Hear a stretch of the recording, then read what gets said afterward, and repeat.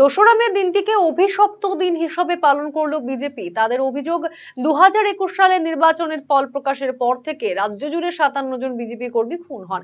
নির্বাচন পরবর্তী হিংসার সেই ঘটনা স্মরণ করে শুক্রবার 57 জন বিজেপি কর্মীর স্মৃতিতে শ্রদ্ধাঞ্জলি জানানো হয় বালুরঘাটে জেলা বিজেপি কার্যালয়ে। উপস্থিত ছিলেন বিজেপির রাজ্য সভাপতি সুকান্ত মজুমদার, এছাড়াও জেলা বিজেপি সভাপতি স্বরূপ চৌধুরী, জেলা সম্পাদক বাপি সরকার, বালুরঘাটের বিধায়ক অশোক লাহিড়ী, তপনের বিধায়ক বুদরাই টুডু সহ বিজেপির অন্যান্য সদস্যরা। বিজেপি রাজ্য সভাপতি সুকান্ত মজুমদার জানান, 2021 সালের এই দিনে বিধানসভা নির্বাচনের ফল প্রকাশ হয়েছিল। সেই সময় রাজ্য জুড়ে নির্বাচন পরবর্তী হিংসায় 57 জন বিজেপি কর্মীকে খুন করা হয়েছে। সেই ঘটনার স্মরণ করে এদিন মৃত বিজেপি কর্মীদের স্মৃতির উদ্দেশ্যে শ্রদ্ধাঞ্জলি অর্পণ করা হয়।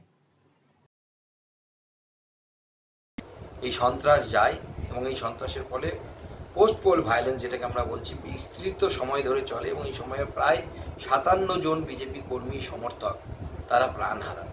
এই নারকীয় হত্যাকাণ্ড যে কোনো গণতান্ত্রিক দেশে অত্যন্ত লজ্জার।